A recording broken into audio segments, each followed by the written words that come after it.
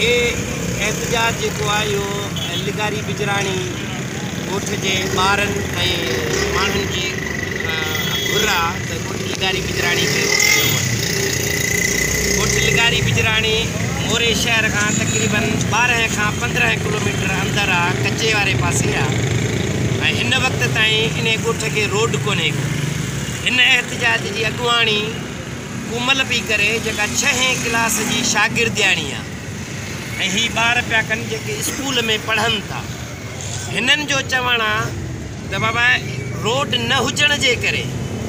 असांजे गोठ में खंडरा वह महांगी थी मिले इन जो सबब इहो आहे त रोड न आहे त किरायो वधीक थो पए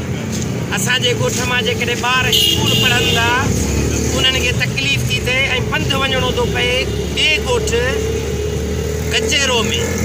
ऐं उहो पंधु जेको आहे 1 कलाक खां 1.5 कलाक उन्हनि खे लॻी थो वञे नतीजे में खोड़ सारा ॿार स्कूल खां महरूम थियूं था वञनि उते हारी जेके हारपो था कनि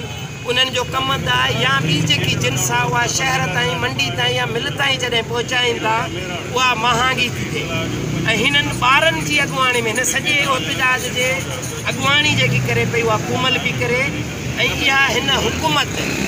जेका सिंध जे अंदरि पीपल्स पार्टी जी हुकूमत आहे ऐं पीपल्स पार्टी इहा दावा कंदी रही आहे त इहा जमहूरी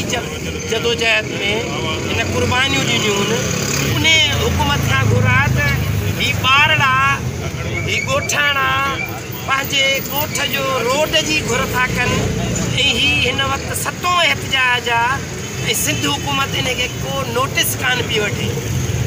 इहो सवाल ख़ुदि पीपल्स पार्टी ॾांहुं सिंध हुकूमत ॾांहुं वञे थो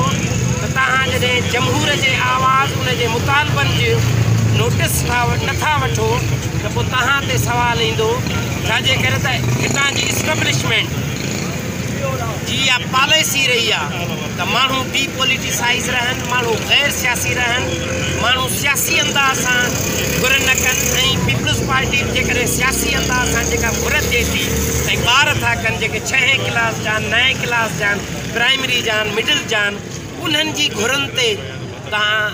ध्यानु नथा ॾियो उन्हनि जो नोटिस नथा वठो त पोइ इहो साबित थींदो त तव्हां जमहूरी पार्टी हुजण वारी जेकी दावा कयो था उन ते सवाल उभरंदा असां घुर था कयूं मुतालबो था कयूं ॻोठ बिजराणी लिगारी खे फौरन रोड ॾिनो वञे ऐं इन्हनि जे मुतालबनि खे ध्यानु ॾिनो वञे ऐं इन ॻोठ जे